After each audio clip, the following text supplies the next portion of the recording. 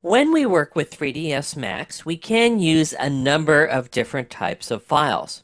We have our standard Max scene, which is a .max file.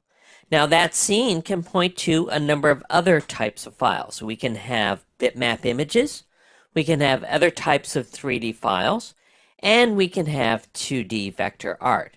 Now because we can point to a number of different types of files, it's a good idea to stay organized.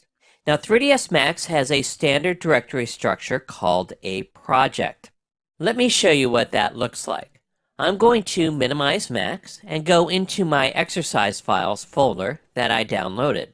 Now in the chapter 2 folder, you'll see that we have a number of subfolders. Now these folders are what's called a project for 3ds Max. It's a standard way to organize your scenes. So, for example, the Scenes folder has all of our scene files. We also have other files. So, for example, Scene Assets can contain an Images folder, which has all of the images that we're using for our bitmap textures. We also have ones for imports, downloads, and so on. So if you work with Max, try and use this standard folder structure.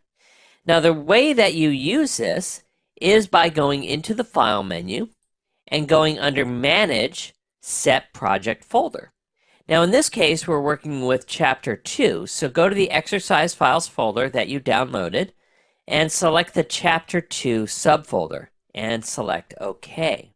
Now what this does is it sets all of the pointers so that everything should line up. So if I go into File Open, it will dump me right into that Chapter 2 Scenes folder. And then I can open 0202, which is just a standard Max scene. So familiarize yourself with project folders, as well as how to set up projects in 3ds Max.